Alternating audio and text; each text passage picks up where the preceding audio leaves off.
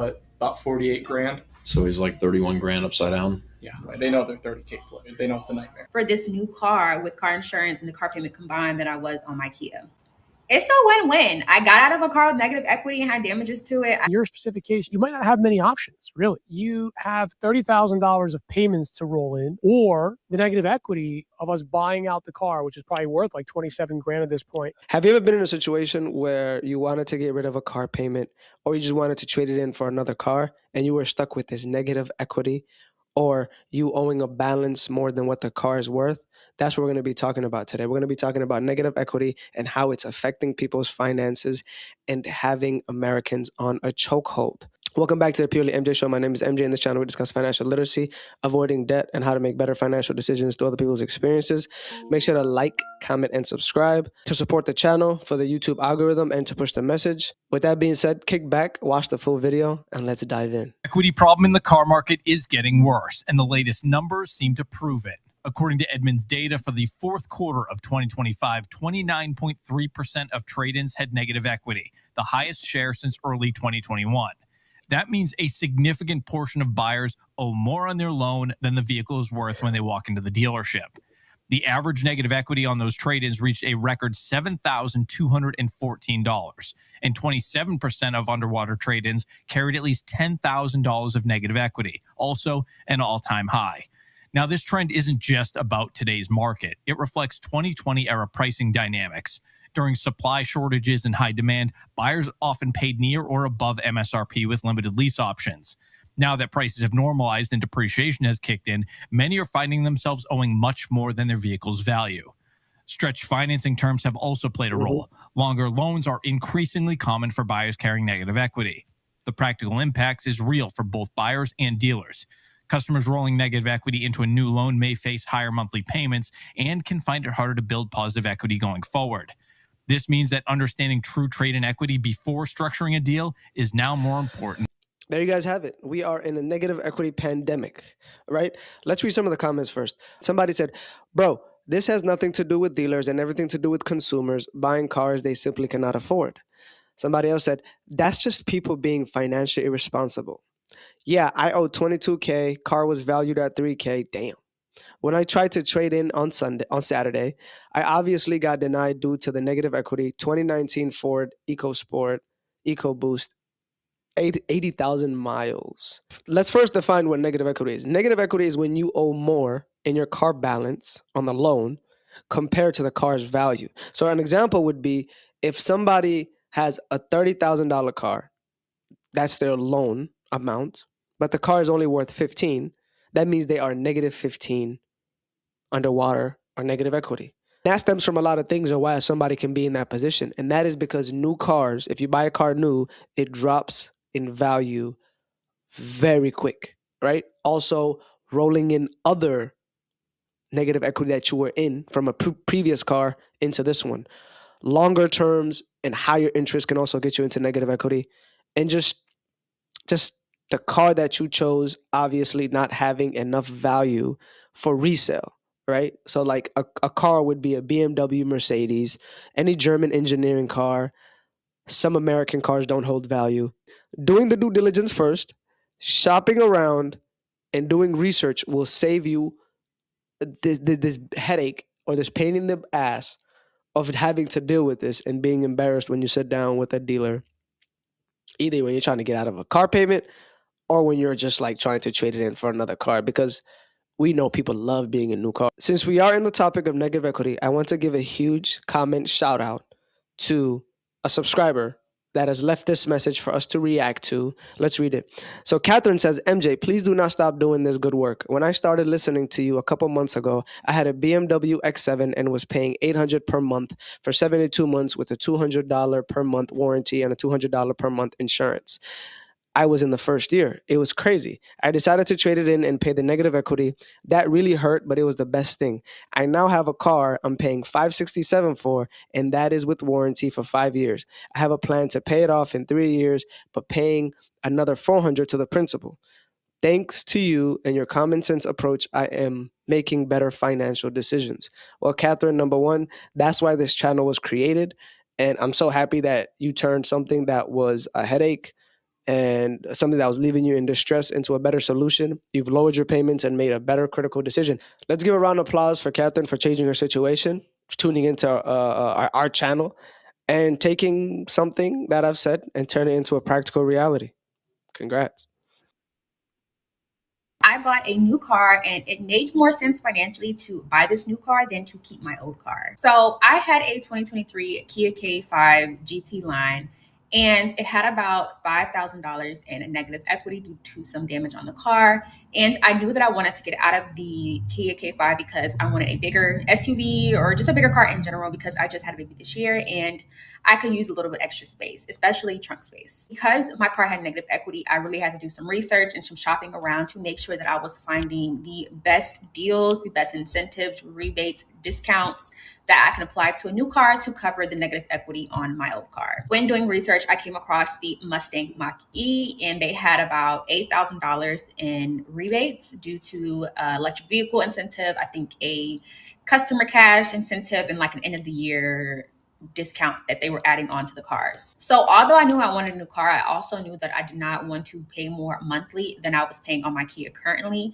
And with insurance and my monthly payment, I was paying about almost $900 a month. In addition to doing some dealership shopping, I also did some insurance shopping to ensure that I was getting the best car with the best rate and I wasn't getting into a new car and not realizing that the insurance rates on this new car is $300-$400 a month, because I'm not doing that. Second thing is that I knew that I was going to negotiate the price, even though there were a good amount of discounts and rebates and incentives that were already applied to the car. I knew that I still had the power to negotiate a little bit, maybe not a lot, but a little negotiation to get it down to a number that I'm comfortable with. So I went into the dealership. I told them that I wasn't putting anything down. I told them that I wanted a lease because I wanted to roll my negative equity into a 3-year lease.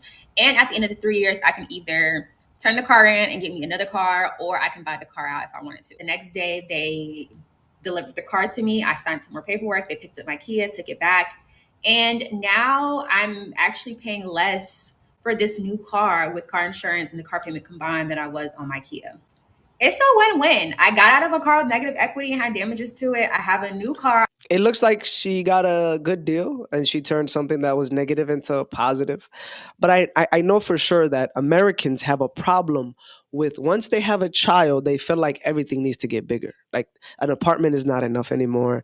A sedan is not suitable anymore. We need a bigger space. And that is something that will get you in a lot of trouble, because if you have one child, especially because I have 2 children and I put both of them literally in a Camry, 2012 Camry, and the trunk space seems to be perfect for a double stroller. I don't understand why people need bigger houses and a bigger car. SUVs are getting people's finances in a chokehold. But let's react to some comments, right? Kias are bad for negative equity. Somebody else said, it is important to note that it is way easier to do this right now because of the dealer incentives on EV. If you're in a similar situation, an EV really can help get you back right. Currently have a 2025 Kia GT line, and I'm trying to do the same. What year is your Mach-E? I will say I do agree and disagree with the second comment saying that EVs will get you right. And if you are trying to get out of a negative equity and that is your goal and you're just trying to get another car and keep, yes, EV will do that. But the problem with these Mach-E's is that with the EV industry in general, they depreciate really fast. I'll give you an example right here. Ford Mach-E. Yeah, because his wife is buried in this thing. They said they should have leased it, but They bought it. I told them, us as a dealership, we give you that information. I'm assuming they didn't tell you how this market usually plays out. You never know. They might have. We've had a few people that have insisted on buying electric cars despite our pleading that they not. So this has got a bad car factor. Like And the so what do they dealerships are owe on even this? warning you guys that these cars depreciate. And the other girl in the other video, or the clip that we just reacted to, I think she was desperately just trying to get out of that Kia, that she just wanted any solution, and she wanted the same payment. She didn't want, to put any money down. And that's how we got here. I don't think she did her due diligence on these Mach-E's, but the dealers are giving you guys great advice on not having these cars because they deal with these on a regular basis. But let's keep going. And these guys are now stuck. Watch this. Let's see. Oh, it's really bad. Damn. How bad? This doesn't even have all-wheel drive. Damn. Knocked off like a bunch for that. Yeah, $1,500. Current payoff And this is what he gave me. We still have to pull it, but about 48 grand. So he's like 31 grand upside down. Yeah, they know they're 30K flooded. They know it's a nightmare. But then I just reached out to him over the weekend and just said, hey, I don't know if you guys have thought about it lately, but with this promotion ending, I'd love to just give it another shot, see if it's something that works for you guys. So we're looking at potentially burying it into that EQE. I think they're going to just be willing to accept that their payment's going to go at least near $1,500 minimum. I guess it's just the best we can do on the appraisal and then go from there. Send this information to Plug. Let's see what they come back with. Let's just see what they say, because if they value this car a lot higher than the number that we're getting back on it, then we obviously want to make sure that we can utilize that number and help to offset some of this negative. People will always make these decisions, and they are 31 negative equity or flipped in this car. And their best solution is let's be more financially irresponsible, double down, and walk into a Mercedes dealership and keep going. That's like you touching the hot stove twice. That's how bad this is. Let's read some of the comments, right? Gap insurance and send it. That person is alluding to insurance fraud, basically crash the car and let the insurance pay it off. That's crazy. 30K upside down and going to a Mercedes. Let's do it. That's literally what I just said. We have the same mentality. User, I'm not reading all those numbers. Never purchase an EV. They depreciate like crazy. We tried to tell them. The dealership was trying to tell them. MJ tried to tell them. People won't listen. Stop buying new cars, people. What the F? No one cares what you drive. I 100%, 1,000% agree with that. If I, MJ, today, I'm driving a Ferrari and I pull up in a restaurant or a nice gala, everybody is not going to watch me. Everybody's going to fetishize and dream about them being in that car. Everybody just wants to dream this hyper luxury life with that Ferrari, which defeats the purpose of you being in the Ferrari if you are showing off or if you're just trying to do it for validation reasons. The EV car market is crashing. Nobody wants them. There's not a lot of demand for it. And also, these electric cars do not keep their value. Like, they're new. People are very shaky with it, which then makes the value go down very expeditiously. I have no desire anymore to go into any type of dealerships at all. I need a third row. This car is way too small. Fiance has 2 children. I have 2 children. The Wranglers just isn't working out for me. However, there's more time left in this lease. I don't know if anything could be done, but that's the reason why I'm trying to get out of it. What are you paying for that car right now? $899. Whoa. This Wrangler is probably like my 8th lease of my life. I was financing a Durango and it was used, and I'm a travel healthcare worker. And so I was traveling a lot and the car started to make noises. It's always negative equity rolled in, and that's why that payment is high. That makes sense. At least you put it into a lease, which is what I always recommend. In your specific case, you might not have many options, really. You have $30,000 of payments to roll in, or the negative equity of us buying out the car, which is probably worth like 27 grand at this point, compared to your payoff, which is probably like 45 grand. Either way, unless you're planning to go into an astronomical payment, your negative equity alone is going to be the equivalent of about $600 a month. Only thing left here is for you just to finish your lease. Otherwise, you're going to go into a much higher payment. This is the good news. Given how much you're already paying for this car, right now may be a bit too soon because you just leased the car last year. But I think when you have about 6 payments left, or maybe even 12 payments left, then it might make more sense. Yeah, I figured. It's not shocking what you're saying. We do something right now. It's just, do you want a $1,400 payment, or do you want to be in a Nissan Sentra? It makes no sense to be in a Sentra, obviously, because you want to be in a bigger vehicle. I'll do a $1,400 payment, but my dream car is an Escalade. $1,400 won't be My an Escalade, Escalade. but you're definitely close. You'll be in a Tahoe for that. If I'm going to wait this out and drive this Wrangler till it's done, then when I go back to get a new car, it's going to be something more luxury. In your case, it's more of like a strong want versus, I would say, a desperate need. Just keep patting yourself. This pandemic of negative equity that is keeping these people stuck with these cars that they can't get out of, that they hate the payments, and they just dread every single month, is because of not understanding, like he said, a want and a need. This is literally the second video that we reacted to that somebody said, I have kids and I needed a bigger SUV. Bigger doesn't always mean better. And sometimes, right, it just, and like he even said on the title, that rolling negative equity over and over is how payments quietly get out of control. Sometimes the smartest move isn't a new car, it's finishing the lease and resetting. This is all self-sabotage. This is all driven by just not respecting money, right? And I always say, and I tell my wife, If there is no plan for your money, there's somebody that has a plan for you. It's the lack of financial literacy. We say that a lot, but it also has a lot to do with critical thinking. Like, why not do research on the dependability of the car? Is it dependable before you bought that used Durango? And again, context matters. I don't know her situation. I don't know why she made that. It's a toxic decision of just rolling negative equity all the time. Just shows that you just love being in situations that does not serve you.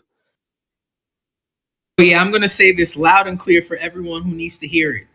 If you have negative equity on your car loan, you don't need the new car. I really just wanted to end it with that. And that's the same thing I'm saying, is that like, you don't need the new car. You don't need to take a bigger problem and stacking more problems on top of it. You know what that sounds like? That sounds like using a credit card to pay off another credit card. Like, you haven't got rid of the problem. You just made it worse. Like, you multiplied the headache. You don't need that new car. Everybody is telling you. The dealerships are telling you. The TikTok comments are telling you. The TikTok videos are telling you. I'm telling you. But again, people will always make decisions based on emotions, never math. And not to make this video too long, there's a simple way of fixing this. It really will deserve a lot of, and will need a lot of attention to detail. Number one, you need to be critical. You need to be honest with yourself. Stop lying to yourself. And last, you need to respect yourself. And that is, stop rolling over negative equity into the next car. Like, we're going to stop that right now. We're going to keep the car, attack the balance. We are not going to refinance for longer terms just so we can get lower payments. We're not doing that. These are solutions, right? We're trying to give you solutions to the problem because you couldn't come up with this solution to these problems. Lastly, we're going to drive it until the math makes sense. We're just going to keep it, pay it down, and hopefully we can keep it and enjoy it and be happy with it. Stop seeking the validation. Stop seeking the appraisal. Stop seeking the delusional reality that you think you deserve. But guys, I hope you guys really enjoyed the video. Comment down below what you guys' thoughts and opinions are. Have you been in that situation? Have you rolled negative equity and did it work in your favor? If you want to be shouted out in next videos, comment, shout out. Leave a comment down below. Let me know what you guys are thinking. Like, comment, and subscribe. They're all free, and they push the channel, and they push the message. With that being said, be good, do good. I'll catch you guys on the next one. Peace.